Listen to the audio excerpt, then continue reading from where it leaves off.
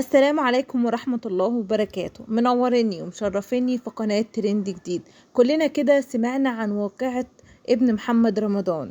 النهاردة كده تحول للتحقيق محمد رمضان وابنه بسبب اللي عملوه في أحد أعضاء نادي نيو جيزة. تعالوا كده نشوف تفاصيل الواقعة. والد الطفل كان بيروي تفاصيل الواقعة. قال ابني كان بيلعب هو والأطفال وابن محمد رمضان. ابن محمد رمضان اشتبك مع أحد الأطفال واتخانقوا مع بعض. ابني حب يتدخل ويفض الاشتباك ومن هنا بدأت المشكلة. ابن محمد رمضان بيقول له انت ما تعرفش انا مين وابني مين. حبيت كده اتدخل وافض الاشتباك علشان ده موضوع عياله وكل الأطفال في السن ده بيتخانقوا مع بعض. انا ابني عمره 11 سنة وتقريبا ابن محمد رمضان 10 سنين او في نفس عمر ابني. قلت لهم بس العبوا مع بعض والموضوع انتهى.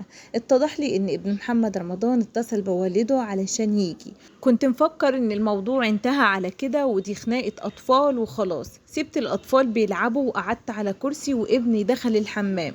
اكتشفت ان ابن محمد رمضان بيتبع ابني. اول ما ابني دخل الحمام قفل عليه وسابه كده ومشي. ابني فضل 10 دقايق يصرخ لحد ما صحابه جم وفتحوا له الباب.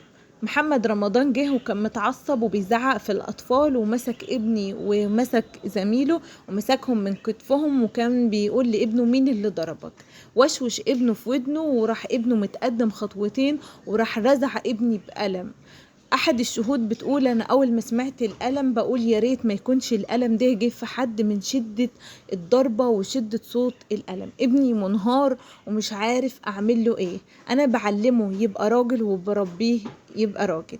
النهاردة حررت محضر ضد محمد رمضان وضد ابنه. في اللحظة دي محمد رمضان خد ابنه ومشي وكان فاكر ان الموضوع انتهى. هم عيلة بيضربوا في كل الناس. محمد رمضان قبل كده ضرب واحد وردله الضربة الشخص. وانا مش هسكت عن حق ابني مهما حصل وعندي شهود وعندي صور وعندي فيديوهات وقدمت كل ده للتحقيق وهستنى قضاء مصر. ازاي طفل عمره 11 سنة بيفكر في التفكير ده يجيب كرسي ويقفل على ابني في الحمام من كتر ما بيشوف المسلسلات والافلام؟ هو احنا بقينا في غابة ولا ايه؟